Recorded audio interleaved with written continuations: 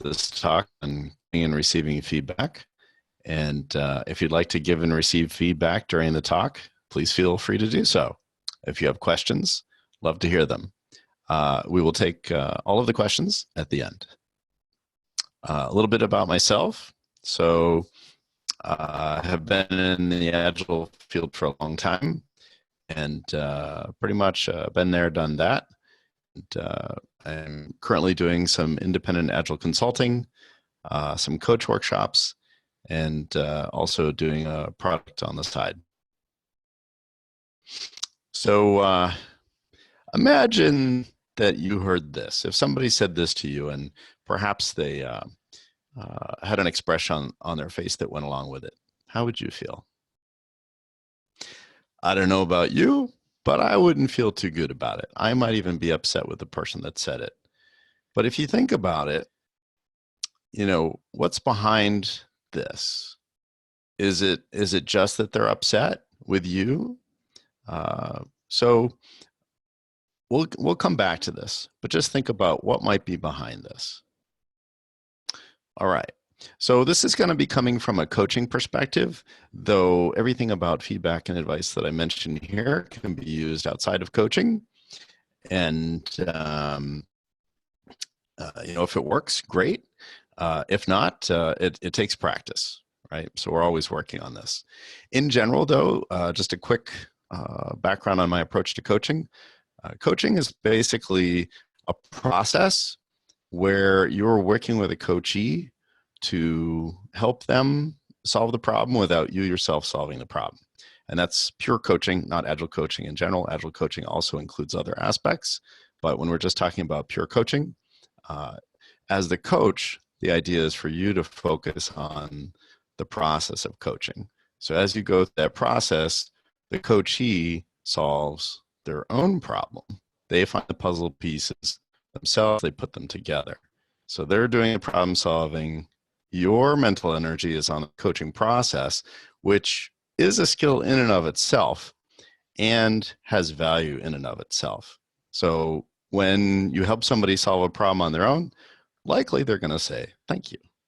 So part of this is the idea, and I'm not going to spend a lot of time on this, but just to give you some background, is that a coaching process, you can think of it as triggers. So there's circumstances and then what technique to use. So today, we're going to be looking at blind spots and talking about making an observation, providing feedback, and also giving advice, because feedback and advice are very similar. Okay, so a blind spot is perhaps the coachee or the person you're giving feedback or advice to has most of the pieces of the puzzle, but they don't have all of them. And it's not so much we want to try to fill that in, but if we detect that there's a blind spot there, we might say something or help them see that, you know what, there was a belief or a way of looking at something that was keeping you from seeing the puzzle piece that was always there. Now they can fit it in themselves. Not only that, but we've removed that blind spot. So there are a number of sources of blind spots. I'm just going to refer to a couple of them. One of them is, so I'm going to, don't raise your hand here. I mean, I suppose you can if you want, but, you know, pay close attention to the exact words here. You know, mentally, raise your hand if you, in general, go into interactions with other people with bad intent. In general, do you go into an interaction and think, you know what, I'm really tearing this person down? Probably not. Now, you know, think how many times in the other direction you think, wow, I think this person is coming at me with bad intent. So generally, people raise their hands more to the second one than the first one. But the thing is, who are these people, right? So if we ourselves are not raising our hands saying, yes, we go into interactions with bad intent in general, but yet there's all these people out there coming at us with bad intent, something is not quite right. So in the book, thanks for the feedback, there's this great point about our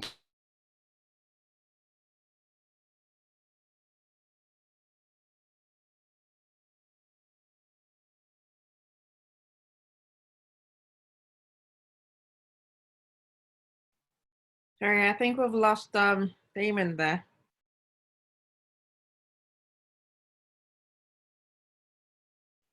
I'm still here. There was some sort Okay. of Okay. internet dropout. Can you still hear me? Yes. Great. Okay. So there can be a disconnect between one's intentions and the behavior. So no, I really did this, and so please, forgive me. This was many years ago, but I said to an Agile team, "Hey, what can I do to get you? How can I help get your velocity higher?" Now, they didn't see that my intention was good, right? What they heard from my behavior was, "You guys are too slow. You need to speed up." So I saw it as criticism. Um, Later, when I did something else that showed my intentions, I was able to understand, and they were able to understand, you know, really what could I do to help them. And what happened was, um, weeks later, for different reasons, I got them all high performance laptops. And of course, their velocity went up. And so I was able to say, what else like that can I help you with? Whether it's equipment or, you know, um, some other issue, how can I help you? So that's one thing that can be a blind spot, and helping somebody see the difference between behavior and intentions can help them move forward. So as a coach, one way to think of yourself is as a mirror. So it's not so much that you're solving problems.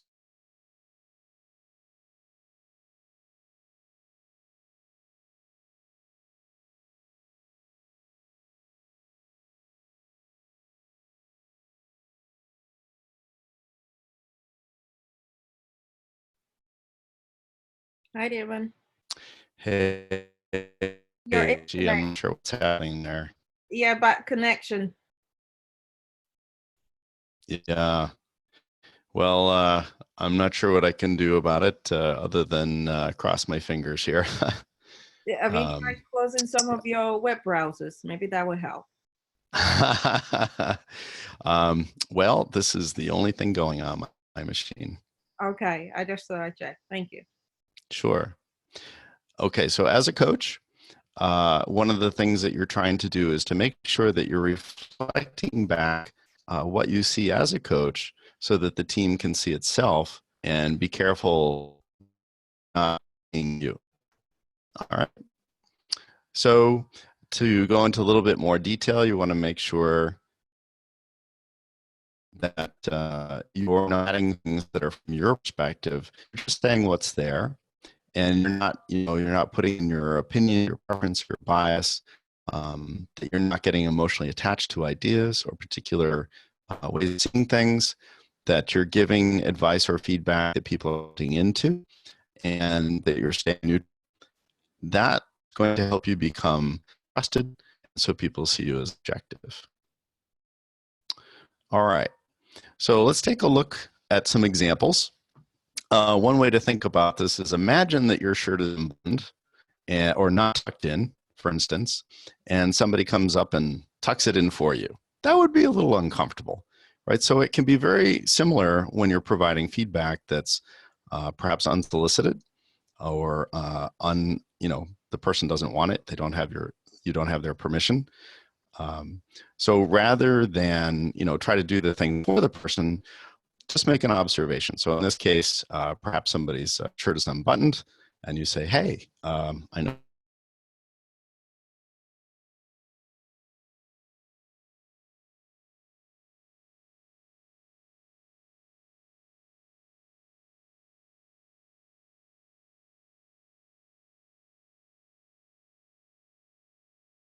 Wow. I apologize for any issues. I'm not sure what the cause is here, but of course, I'm sorry that whatever is causing it is happening.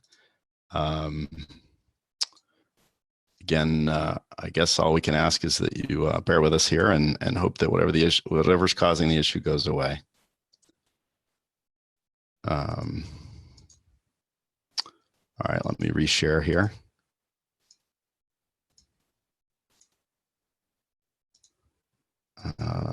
this is not the normal thing one would expect. Okay, here we go.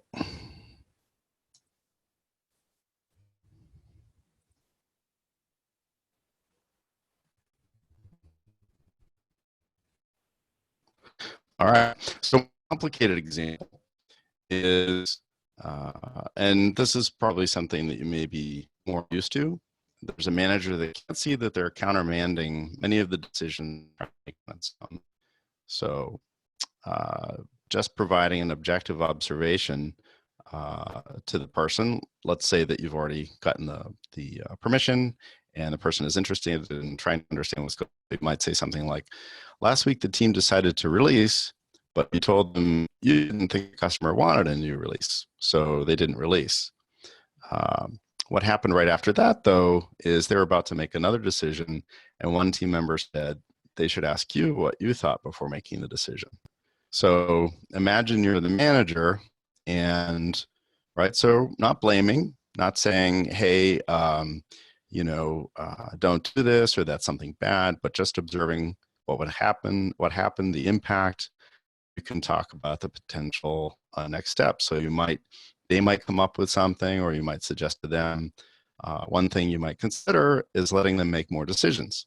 It might not be what you would want to do, but if you don't think their decisions could create a major problem, consider letting them do it. And very often, people can't see the impact of their own decisions. As an example, I was working with one person, and they said, I think everybody in this group all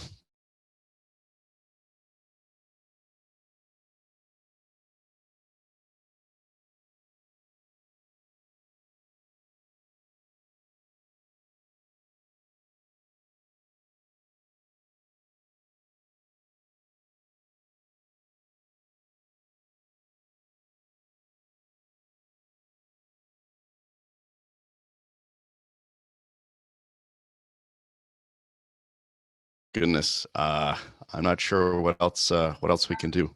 Will you, My can my I, internet has never been like this. can I do the screen share? Maybe that would be better. I don't know. Well, if the internet gives way, then it won't really matter. Great. I'll leave it to it. Sorry. You know what? This other thing I can check.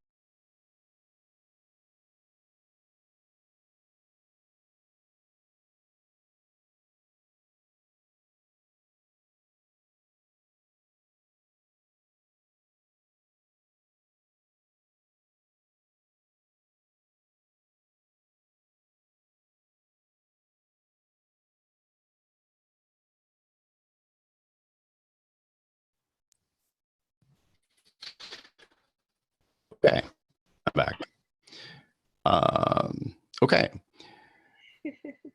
So the example I was giving is I was talking to one person, and they said, I think the only thing that the folks in this department know how to do is move documents from one place to another. And I said, that's really interesting. Then I talked to the folks in the department, and they said, the only thing that we're allowed to do here is move documents from one place to the other. So very often people don't know the connection between what they're doing and the impact that they have on others. So when you're sharing observations, and that's the first part, is sharing observations, make sure that it's specific and measurable, right? So if somebody says, hey, that was bad, there might be an assumption there that the receiver knows what is meant by bad, right? So imagine somebody says, hey, you did a bad job there. Something that I heard from a student once was, you know what? If I knew better, I would do better. It's not that people think, oh, I know that that's bad, and then they do the thing anyway. Often people are doing something that they don't know there's an issue. And so, making a judgment on that isn't necessarily helpful, but giving them something specific can really help. So if you're working with somebody on stories and you say, hey, this is really great, the customer intent is much clearer there, that may not mean anything. Give them the feedback of, oh, the who and the why in these stories is much is much more clear, then that's going to be helpful. Or, instead of saying, hey, the stand-up was way too long, if people think, well, we used to have these, 1 hour meetings and now they're a half hour, so I don't see what the issue is. If they don't know that the goal is 15 minutes, then just be specific. Say, oh, I noticed that the stand-up ran to an hour, though the goal is 15 minutes. What's up there? So now you're not judging, and you can have a conversation around that. All right, so there's some more examples here, and I'll let you just take a look at it. All right, so let's go back to the original thing, which is you hog the floor and don't care what I think. I wish you would talk less. So imagine for a moment what might be behind that. All right, why might somebody say something like that? So this comes from the idea of something called nonviolent communication. And the basis behind that, and this is the distillation of an entire book. I'm not saying that this is all that there is to nonviolent communication. And the book is fantastic. And the reason the book is fantastic is because it's all kinds of examples of applying this that you might not otherwise think about. And that's really where the value is, because the idea is simple, but seeing the application is really where it's very interesting in the book. So you hug the floor, right? So if you're emotional about something, you might say, oh, this person had bad intent, they just wanted to talk on and on. Instead, you can make an observation. I noticed we ran out of time, right? Maybe it was a retrospective or some meeting, who knows? And that's it's important to let others know how you feel about things, because as humans, if we know how another person feels, it's more likely that we're going to be sympathetic or empathetic to their situation. So if instead of saying, you don't care what I think, right, that's not necessarily what was going on. Maybe the person was talking because they thought that they had something to provide of value to everybody, and they didn't know that you were feeling left out. So if you say, I felt left out, right, imagine somebody comes to you and says, hey, I felt left out.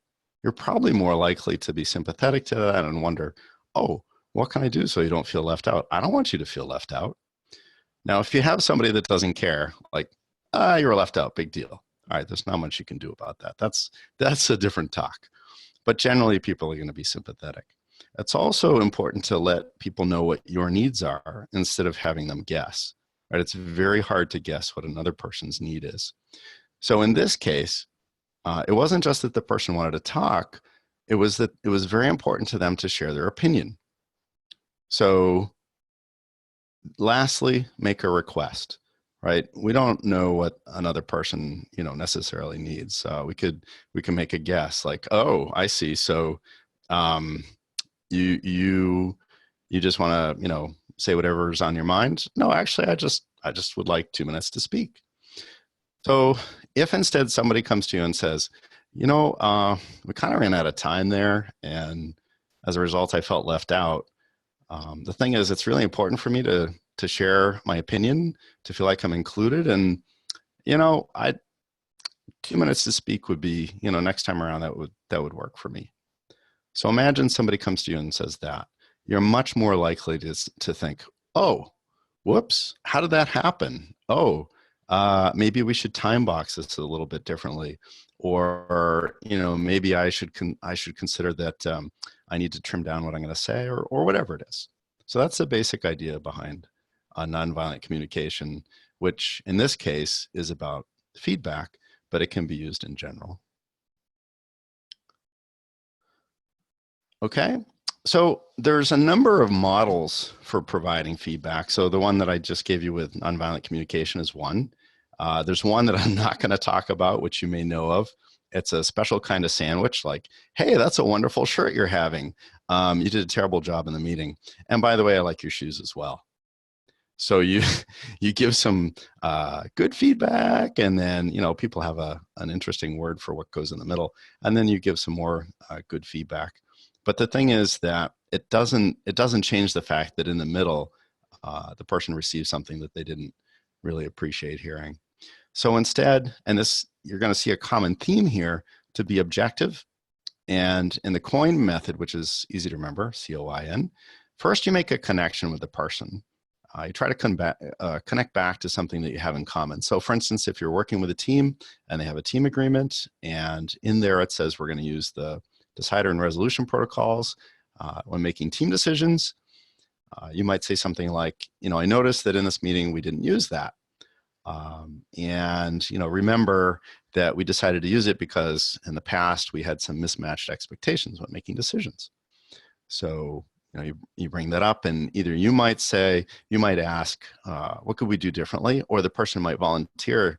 They might say, they might say something like, that's right. Well, it turns out that's a little awkward. You weren't in our last meeting, and it turned out it's sort of a little awkward, and so we abandoned it, for the kinds of decisions we're making, and we kind of need something else. And so we were just doing, discussion. And yeah, it worked out okay today, but I can see how that might not work out in general. So, maybe in our next retrospective, we should talk about that. On the other hand, if you said, wow, that was a terrible meeting and you did a horrible job facilitating, probably you're not going to have that same conversation. So that's one way to think about how to structure feedback. Okay. So now we've talked about feedback, and the reason we're talking about feedback and advice is because they are so similar.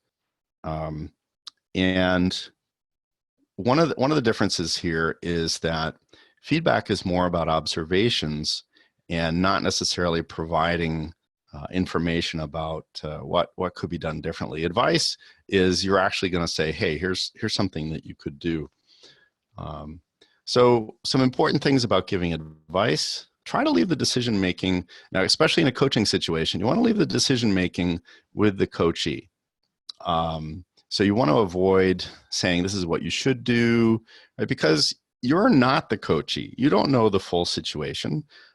There's going to be context that maybe you're not familiar with. So you want to provide them with options that they can then make their own choice. And they may take the advice that you give them and say, oh, so I take the peanut butter, I combine it with the chocolate over here, and it's going to make something even better. And the thing is, there's a lot of ways to inadvertently advocate for a position. So you might not say, this is what I would do. You might not say, this is what you should do. But you may, from the expression on your face when they make a different decision, it may be clear to them that you're disappointed, that you think they should have made a different choice. So you want to be very careful in how you offer it.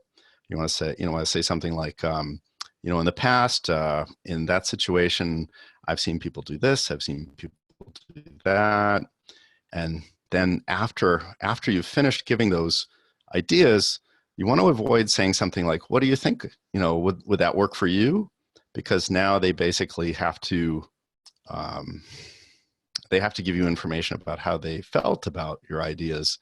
And so they may feel like, oh, they don't want to, make you feel bad or whatever. So just don't put them in that position. Don't obligate them to take your advice. So just give the advice as though it dropped out of the sky. Oh, where'd this come from? And they either take it or they don't. You want to be, as a coach, you want to be thinking that you're happy when the person you're working with moves forward, however they move forward, whether it was from your idea or their idea or wherever it came from. So if you focus on did they move forward or not, rather than did they take my idea, I think you'll find that works much better, and people come back to you for more advice, more coaching. So there's a lot of ways to give advice, and there's also at least these three, the way I look at it anyway, is these three kinds of advice. The best advice is to provide missing information. I'll give you some examples in a minute. So you realize, oh, they're just missing this one bit of information. And you know what? If they just had this little piece, they could take it all the way, forward. So that's the best. The second is, maybe it's not really clear what needs to be done. And instead of giving all kinds of examples, you let them know about some resource that they could draw on or a decision-making tool, which gives them the option to go and figure things out for themselves, gives them another resource so that next time they run into something similar, they can figure it out on their own. So for instance, maybe they don't know that there's a lot of resources on writing better user stories. So you say, oh, by the way, there's this book on writing user stories, or there's this video or whatever. Lastly, sort of the third best, the one you want to go for last, is to provide examples from your own experience, because that requires you, and you want to try to not be the always be the source of information. But and when you give examples, it's more from the perspective of, here's something I've seen work in the past in these circumstances, right? So you want to give them as much context so that they can think, I wonder, would a piece of that work for me? But again, you're just saying, here's some experience that I've had, not this is the way that you should do it. Now, if you're a consultant, which is different, somebody's saying, I want you to figure this out, that's different, but we're not talking about that. So lastly, when you're giving advice, consider using this three-step approach: articulating your expertise, offering the expertise, and then letting the coach choose. And we sort of already talked about that a little bit, about how to let the coach choose, or the coachee choose, but you don't want to obligate them. So articulating your expertise. So let's say it's about user stories, and you say, let's say you hear somebody say, "Oh, user stories. Oh yeah, I've got some ideas here. Many years ago, I wrote user stories, in a class that I took with my cone. And, let me tell you what I think you should do next." So if you heard that, I think you'd be like, wait, the only time you wrote user stories was 10 years ago in somebody's class? I'm not sure I want that, right? Or, hey, I wrote a mini book on user stories. I've got a lot of experience with this. I run classes on a regular basis. Would you be interested in hearing what I have to say on this, in this particular case? Then they're more likely, the person is more likely to be like, oh, hey, that sounds appropriate. Not only that, but when you articulate your own expertise, it helps you see, is this really, should I really be giving expertise in this case, right? And make sure that there's two choices here. Does the person say, yes, I would like the advice and experience? And then letting them choose whether they use your advice or something that you've helped them come up with, or some other idea that they come up with. And don't pressure them to make a decision right now. Like, oh, do you think you'll use this soon, tomorrow? When will I know if you used it? Just let it go. Just let it go. All right, so let's practice now. So you're an Agile coach, and the scenario is there's a new team, and they say they don't have enough time for manual testing at the end of the sprint. They say they're having a hard time creating stories of 1 to 2 days of effort. And so they ask for your advice. So here's some guidelines, which we've already talked about. Right there they are for reference. Okay, so here's possibility number 1. You could say, you should try splitting by test scenario. So, just think about that. What is that? Is that information? Is it a resource? Is it advocating? All right. Survey says that's advocating. You should try. Now, if you phrased it differently, something like, oh, there's a technique called splitting by test scenario. That might work here. So you're not obligating. You're just saying, hey, here's one way to do it. All right, so here's another one. Manual testing is a terrible practice. You should switch to automated testing. Well, what's that? Survey says advocating. Right, so it's worse than advocating, actually. It's judging manual testing. Now imagine that there's somebody on the team, listening, and they're doing manual testing. You're basically saying, hey, what you do is not valuable. And that's probably not helpful, because that person might be thinking, yes, I know we're doing manual testing now. I actually have a development background. I would like to do test automation, but we don't have the tools, right? So you don't know. Um, so again, instead, you might say something like, there's some people use automated testing. Is that something that might work here? All right, so it's saying, I don't know exactly, but it's something that we could consider.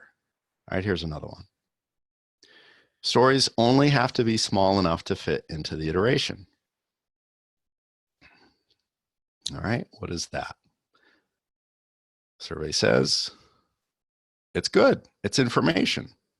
So let's take a little bit of let's look at the context here. So the scenario is somebody says, right, in the scenario, somebody on the team said, we're having a hard time creating stories of 1 to 2 days of effort. And it's a new team. So imagine you get a brand new team, and maybe they've never really gotten down to small user stories, and they're trying to get all of their stories down to 1 to 2 days of effort. So the idea here is the information is they may not realize, who knows where that information came from. They may not realize that the goal here is just to get it to fit within the iteration. And so while it's great to get there, as a new team, maybe they don't need that as the initial goal. So just getting that thought out there, and maybe they're really bought into the small user stories. This doesn't say they have to stop trying. It's just an option. So they might hear that and say, oh, really? Because we heard it was supposed to be, 1 to 2 days. Now you can have a discussion about where that came from. Or they might say, yeah, no, we know that, but we're trying to get it to be much smaller, and here's the reasons. And so now the conversation can change to something else, like, oh, there's some ways to do that maybe you haven't heard about. Okay, so let's look at the next one. Here is a link to a story splitting mini book. All right, so what is that? Survey says, good, it's a resource. Maybe they have time to go read the book. Maybe they don't. Maybe one person on the team says, hey, I'll go read it and give a summary. And the other thing about that is now they have that as a resource, and they're thinking, wow, this person gives us, great advice all the time, really useful, always focusing on letting us make the choices, letting us learn more, and for us to get better at this in general, right? So that's what you want to try to do. That's what you want people thinking. Okay. So we're approaching the end here, and then we can get into Q&A. One of the things about giving and receiving advice is there's one person in the entire world that you can have the most effect on with giving and receiving advice, and that's you, right? So if you want to give people advice on giving advice or receiving, you know what, you should really listen to my advice and feedback. Well, that's a hard sell, but you yourself can actually get better at it.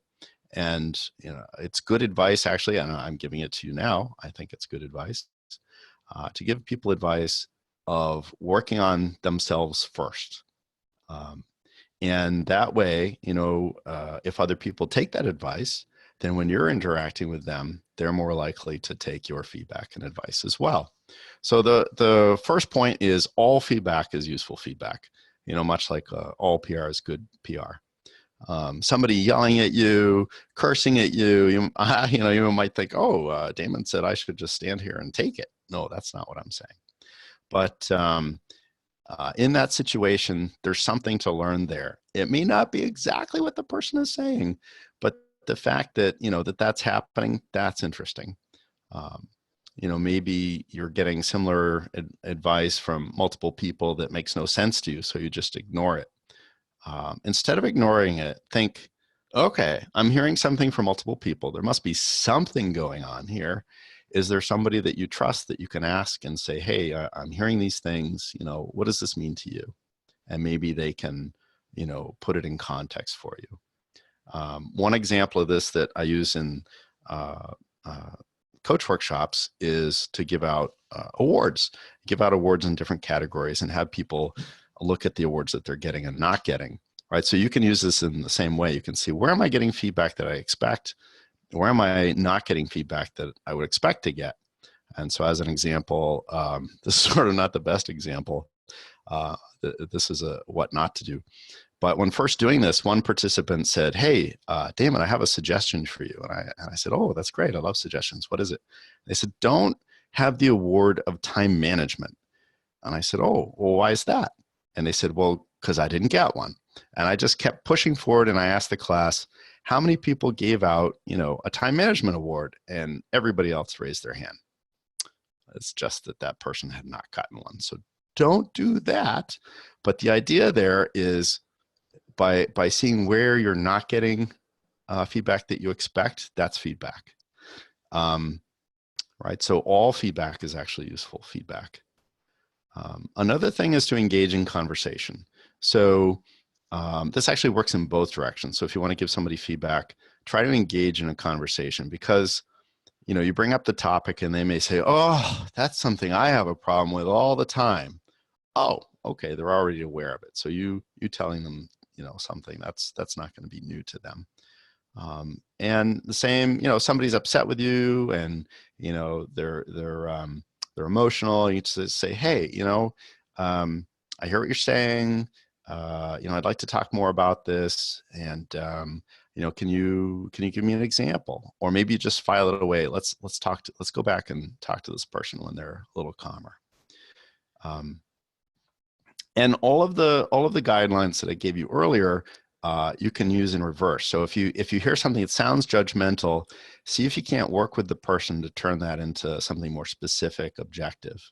And if the person is taking the time, even if they're upset, if they're taking the time to give you feedback, they are actually interested in communicating with you. So if you just say, "All right, I'm going to take it. I don't deserve this," or whatever, there may be something to learn. And remember that it's very likely that if you're getting feedback on something that doesn't make any sense, it's because you're thinking, "No, I had good intentions there." But you may not be able to see the impact that you're having on somebody else. So see if you can figure out where the difference is between what you're hearing and what you're thinking was actually, from your perspective, what was going on, your intention, right? Okay. And if you're interested in learning more about feedback, two books that I highly recommend, both feedback and advice. Secrets of Consulting, it's an older book, but it is a classic. Also, the great thing about it is that it is edutainment. Super, super funny. And also, while you're laughing, you'll be learning. So Jerry Weinberg, fantastic author. And then also, thanks for the feedback. Okay, so coming up, if you're interested, I've got some coach workshops coming up in Hartford, Toronto, and Los Angeles. Those are in person, and then online I have an advanced agile coaching workshop, which there's no certificate or anything here. This is just some material that I put together that goes beyond the ICP ACC. So if you're interested in coaching in general, you want to learn more than what you can get on an ICP ACC course, come and check this out. And all the information is available at Eventbrite. And a lot of my material is also available on my blog, so you can go check that out there, and including more on feedback. All right, so with that, why don't we move to Q&A and see what sorts of questions we have in the chat. Feel free to add some more.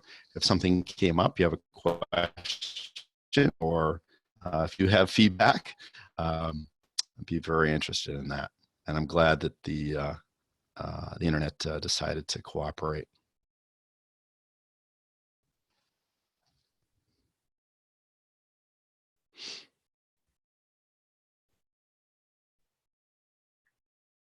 So I think there was one that Ramesh has actually asked before, which is there a specific time or ceremony or a place for feedback? Is there a specific time? I'm sorry, can you repeat that? Is there a specific time, a ceremony, or place for feedback? So I guess, right, we could be looking at that from the perspective of Agile or just in general. And I think just to go in general for a moment, right after something comes up is a good time to give feedback. But we want to be careful. We're not doing a drive-by, like, oh, that was terrible, gotta go. Make sure that you have time, and you don't want to put a person on the spot, right? So um, maybe you're at a stand-up and you want to give somebody feedback, and everybody's there, and you say, "Hey, that was a terrible, your interaction in the stand-up was terrible," right in front of everybody else. So try to find, say, "Hey, do you mind if we chat for a moment?" And if the person's interested, see if there's a way that you can talk in private. Now, if you're working with a team, that's different. I think before you engage in giving feedback, especially as a coach to a team, you want to make sure that you have some kind of coaching agreement in place, so that you understand how the team would like to get feedback, and how individuals would like to receive feedback. And so I think that's really up to the team members and the team, because if as a coach you alienate people on the team, or you alienate the team, then they're going to be less interested in what you have to say. So I think that's very dependent on the circumstances.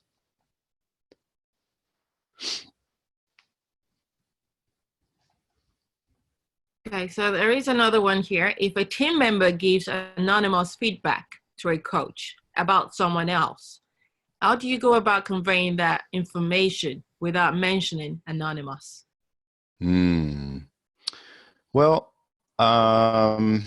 I think sort of we've probably, many of us have heard the term triangulation, and I'm not a huge fan of triangulation. I would try to encourage whoever gave the feedback to talk to the person directly. If we're on a team together, we're kind of in a family together, and hopefully we're in a place where we respect each other, we trust each other, and we can provide that feedback. To go into it a little deeper for a moment, and this is a whole topic all by itself, but very often when things happen on a team, the actual cause is maybe not as clear as it looks. So one person's unhappy with another person, like, oh, you know what? That person is never meeting their commitments. I'm pretty sure they're not committed to us, as an example. But what might be happening is that team member might be on another team and thinks that everybody else knows, or they may be getting pressure from their manager to be doing something on the side that they hadn't signed up for, and that took them by surprise. So you never really know. It's always good to dig a little deeper. So a couple things there is, without trust and respect on the team, it's going to be a problem. So I always work to encourage people to be direct with each other. And if there's a lot of that sort of thing going on, I can tell that there are trust issues, and I'll look into that a little bit deeper. That's right. There's more to it than just anonymous, right? Yeah. The other one is it, sorry, I'll start again. Is it best to give positive feedback in a more public way if possible, e.g. during a meeting, Slack, etc.? This is a really deep topic, actually, and that reminds me of another thing, which is positive feedback actually can backfire as well. So one of the things about positive feedback to be aware of is that it sort of puts the person giving the positive feedback into a sort of a judging perspective, like somehow I'm the judge of if that was good or bad. So that's something to be careful of. And then it's very much a sort of a cultural thing. Some people are embarrassed to get feedback or get positive feedback. So I think it depends on the circumstance. But if you know that on this team they love feedback, and maybe you do celebration retrospective where everybody gives each other thank yous and it goes over really well and everybody's excited and nobody seems to be, embarrassed or whatever, great. That seems like that's their culture. So, let's definitely do that. But I think it's good to understand what is the culture within that particular team, and every team is different. Damon, so according to, just to kind of follow up with that statement, so what we kind of done is followed the SBI model, situation, behavior, impact model, where we give positive feedback, but situated in such a way that it is like, what is the situation? What was the behavior that came out of it? And what was the impact that it had on the team or the product or whatever it is? And that seemed to be taken into a more positive light because, the feedback is more direct and transparent. And yeah, so exactly how did your actions or commitment affect the team in overall. I don't know if there was a question in there or that Oh was no, it's just more of a follow-up. Okay. No, that's great. I thank you for that. That's good context. I do have a question for you though. How do you give feedback to someone who's constantly stuck in a negative of a situation? Like, especially like even if after you've kind of engaged them to come up with their solutions on their own, but they kind of circle back to the like, but what about this? But what about that? And it's just like the negatives that they kind of immerse themselves into. That's a good question. Well, there's outside of coaching, there's a number of professions. There's therapy and counseling and as coaches, we want to be careful not to get into those territories. And I'm not saying that particular thing is, but something to be aware of is, generally to give, therapy and counseling, that's, you want to be licensed. So it's something to be careful of. And it's, if you have a person on the team that, there's a lot of negativity there and, from your perspective or, people's perspective in general, there's no particularly good reason for that. There might be something going on that is beyond what we can do as coaches. So I'll give you an example. I was working with a team once where they had just moved to Agile and, everybody was super excited. They were making customers happier and they were the whole, going back to the example of positive feedback in public, in front of the whole company, that team was lauded for their progress and achievements. And then one person on the team stood up and said, actually, no, it's still terrible. And, there's all these problems. Well, you can imagine how that went over. And it was pretty clear at that point where that person just was an unhealthy part of that team. And, that ended up going into being an HR issue. So it really depends. I'm not sure if that directly answered your question, but yes, it did. Thank you so much. Sure.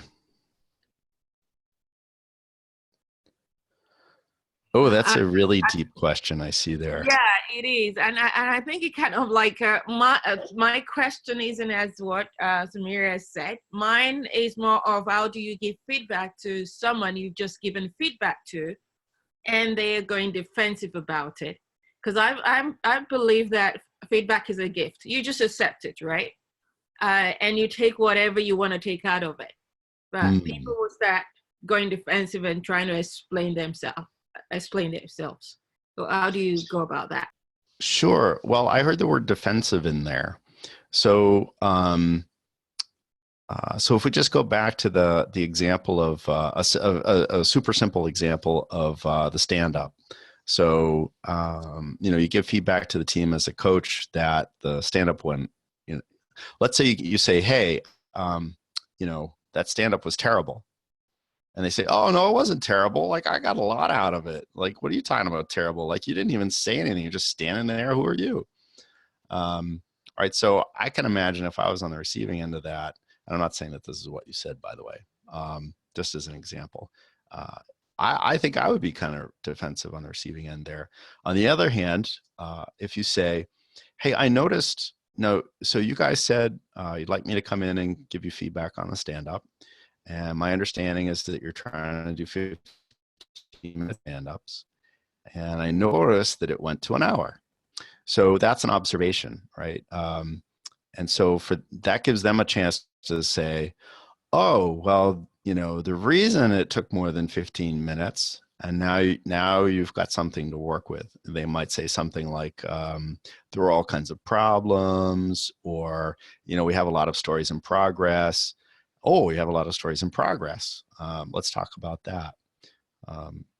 So very often there's some reason that the person is being defensive. So I would say, the more you can talk about what happened, or help somebody understand the impact of their actions, like the example that was being given of the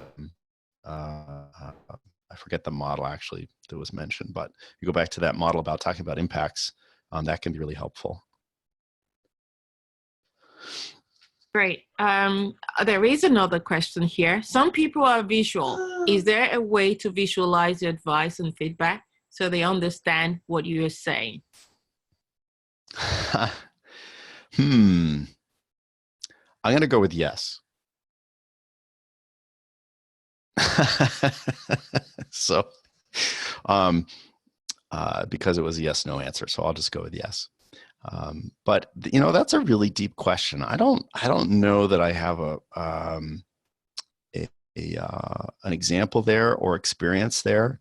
So, I could speculate or give you my, off the top of my head thoughts, but unfortunately, I don't have anything specific to talk about there. And I should say that while I've spent a fair amount of time looking into feedback as part of coaching and as part of, teaching coaching, it is a very deep topic, and I don't pretend to know everything about feedback and advice. I don't know if maybe there's another person on here that has experience with providing feedback in a more visual way, if they have a thought that they'd like to share. But if you'd like to share a thought in the chat, or maybe there's a link to a reference or something, that would be fantastic. Short of that, that's definitely an interesting question. How to provide feedback to somebody who's more visual, such that perhaps it would be better received. Well, actually, one thing that occurs to me is, and it depends on the circumstances. I remember when learning to snowboard, my instructor said, you need to lean over more. And I said, I'm leaning over as far as I can. So he took a video of it, and wow, I was barely leaning at all. Oh, that's a great feedback. Yeah, but that's the only thing that pops to mind for me. So here is another question. And it reads, I know all feedback is good, but should you prioritize feedback? For example, from a team member is more important than a dude who showed up finally to a meeting. I'm sorry, I don't think I've read this out properly. For example, from a team member is more important than the one dude who show up finally to a meeting. Do you want me to, sorry. That would be great, Paul, yes. Yeah. So basically what I'm saying here is your feedback. So which one should you look at more? Is it from your team members, the people that you work with daily, or the advice that you got from some guy who just finally showed up to a meeting, you met him once and that's it? Or is all feedback equal? That's the kind of question that I like to say, I think the answer might be in there. So let me just highlight for a minute what you said. So you said, hey, here's a situation where there's feedback from people that are sort of closer to the situation, and here is feedback from a person that just sort of showed up and doesn't know the context. And I hear you asking, I hear you saying, I think it's the first. What do you think? And so I would agree with you and say your instincts are very good there. So definitely go with your instincts. That said, the follow-up was, isn't all feedback good? Yes. The person said what they said for some reason. And that doesn't mean you have to take it on its face. Just, I wonder what was going on there, and put it on the back burner. And then, maybe there was a point there. And, if somebody says, wow, they yell at you and, they say, that is the worst shirt I've ever seen. And then they walk off, it might actually be true, but it's just the manner that they describe it was perhaps not so good. So something to think about, but if you can't figure it out, then it wasn't that helpful. Okay, thank you. Thank you so much, everyone. I think that will be the last question because it's 8 o'clock right now, my time. So Damon, thank you so much. And Damon is coming to Toronto very soon. I think in March, isn't it? For yep. March 2nd and 3rd.